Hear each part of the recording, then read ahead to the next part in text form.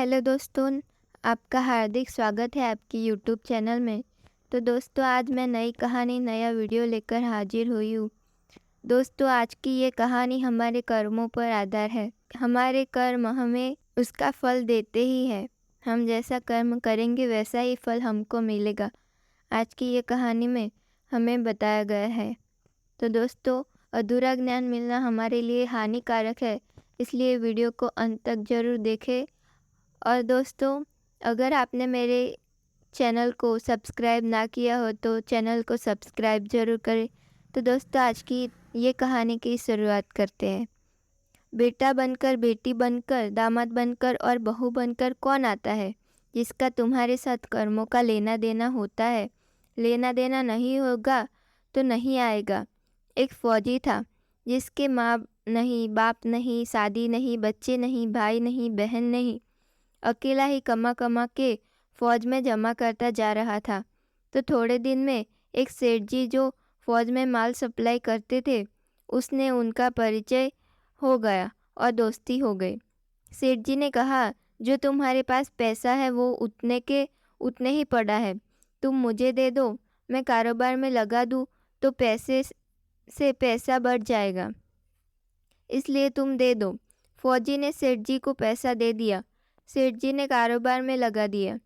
कारोबार उनका चमक गया, खूब कमाई होने लगी, कारोबार बढ़ गया। थोड़े ही दिन में लड़ाई लग गई।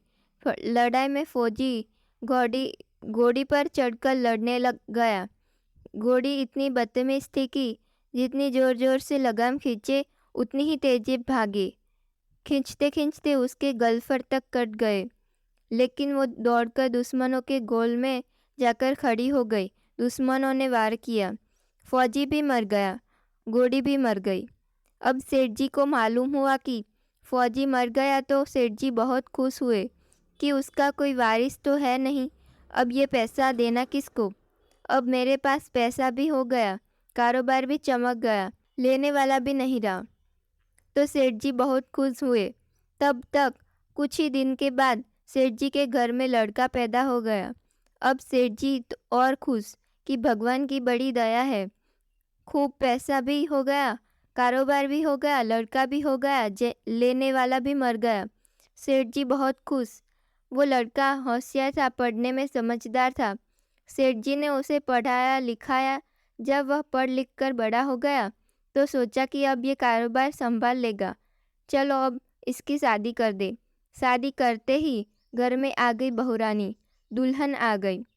अब उसने सोचा कि चलो बच्चे की शादी हो गई, अब कारोबार संभालेगा।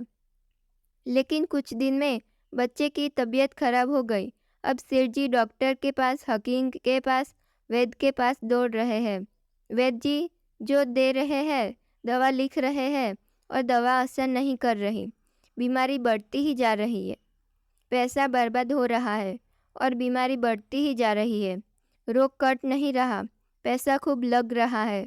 अब अंत में डॉक्टर ने कह दिया कि लाइलाज मर्ज हो गया है, इसको अब असाध्य रोग हो गया है, ये बच्चा 2 दिन में मर जाएगा। डॉक्टरों के जवाब देने पर सेठ जी निराश होकर बच्चे को लेकर रोते हुए आ रहे थे। रास्ते में एक आदमी मिला। कहा, अरे सेठ जी, क्या हुआ? बहुत दुखी लग रहे हो। सेठ जी ने कहा, ये बच्चा जवान था, हमने सोचा बुढ़ापे में मदद करेगा। अब ये बीमार हो गया, होते ही हमने इसके लिए खूब पैसा लगा दिया। जिसने जितना मांगा उतना दिया, लेकिन आज डॉक्टरों ने जवाब दे दिया, अब ये बचेगा कि नहीं, असाध्य रोग हो गया है, लाइलाज मर्ज है। अब ले आओ, अब ले जाओ, घर में 2 दिन में मर जाएगा। आदमी ने कहा, अरे सेठ जी, तुम क्यों दिल छोड़ रहे हो? मेरे पड़ोस में वैद्य जी दवा देते हैं, 2 आने की पुड़िया खाकर मुर्दा भी उठकर खड़ा हो जाता है। जल्दी से तुम वैद्य जी की दवा ले आओ। सेठ जी दौड़कर गए, 2 आने की पुड़िया ले आए और पैसा दे दिया। पुड़िया ले आए, बच्चे को खिलाया। बच्चा पुड़िया खाते ही मर गया। बच्चा मर गया।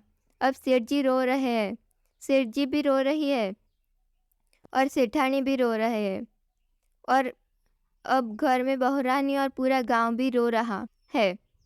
गांव में शोर मच गया कि बहुरानी सेठ की कमर जवानी में टूट गई। सब लोग रो रहे हैं। तब तक एक महात्मा जी आ गए। उन्होंने कहा, भाई क्यों रो रहे हो? लोग बोले, इस सेठ का एक ही जवान लड़का था, वो भी मर गया, इसलिए सब रो रहे हैं, सब दुखी हो रहे हैं। महात्मा बोले, सेठ जी रोना क्यों? सेठ बोला, महाराज, जिसका जवान बेटा मर जाए वो रोएगा नहीं तो क्या करेगा?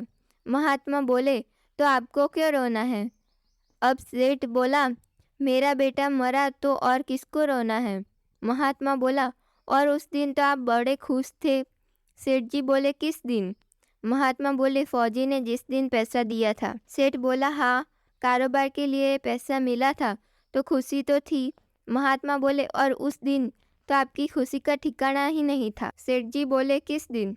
महात्मा बोले, अरे जिस दिन फौजी मर गया। सोचा कि अब तो पैसा भी नहीं देना पड़ेगा, माल बहुत हो गया, कारोबार खूब चमक गया, अब देना भी नहीं पड़ेगा, बहुत खुश थे। सेठ बोले, हाँ महाराज, खुश तो था। महात्मा बोले, और उस दिन तो आपकी खुशी का ठिकाना ही नहीं था, पता नहीं कितनी मिठाइयाँ बट गई।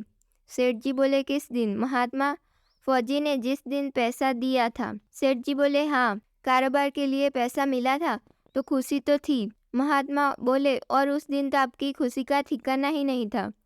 सेठ जी बोले, किस दिन? महात्मा बोले, अरे जिस दिन फौजी मर गया था।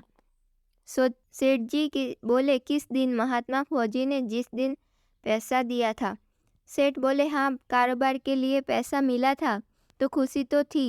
महात्मा बोले, और उस दिन तो आपकी खुशी का ठिकाना ही नहीं था। सेठ जी बोले, किस दिन? महात्मा बोले, अरे जिस दिन फौजी मर गया।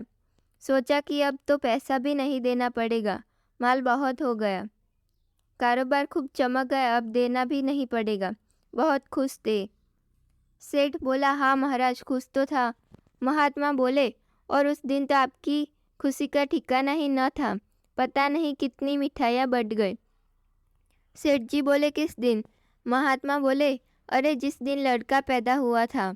सेठ बोले, महाराज, लड़का पैदा होता है तो सब खुश होते हैं, मैं भी हो गया तो क्या बात? महात्मा बोले, उस दिन तो खुशी से आपके पैर जमीन पर नहीं पड़ते थे। सेठ जी बोले, किस दिन?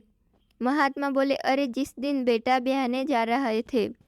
सेठ बोले, महाराज, बेटा ब्याहने जाता है तो हर आदमी खुश होता है, तो मैं भी खुश हो गया। महात्मा बोले, तो जब इतनी बार खुश हो गए तो जरा सी बात के लिए रो क्यों रहे हो? सेठ बोले, महाराज जी, ये जरा सी बात है? जवान बेटा मर गया, ये जरा सी बात है? महात्मा बोले, अरे सेठ जी, वही फौजी पैसा लेने के लिए बेटा बनकर आ गया। पढ़ने में, लिखने में, खाने में, पहनने में और शौक में, श्रृंगार में जितना लगाया था वो लग गया। शादी ब्याह में सब लग गया और ब्याज दर ब्याज लगाकर डॉक्टरों को दिलवा दिया। अब जब 2 आने पैसे बच गए वो भी वैद्य जी को दिलवा दिए और पुड़िया खाकर चल गया। अब कर्मों का लेना देना पूरा हुआ।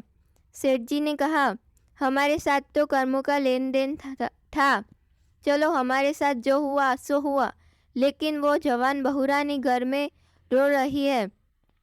जवानी में उसको धोखा देकर विधवा बनाकर चला गया, उसका क्या जुर्म था कि उसके साथ ऐसा गुनाह किया? महात्मा बोले, यह वही गोड़ी है जिसने जवानी में उसको धोखा दिया, इसने भी जवानी में उसको धोखा दे दिया।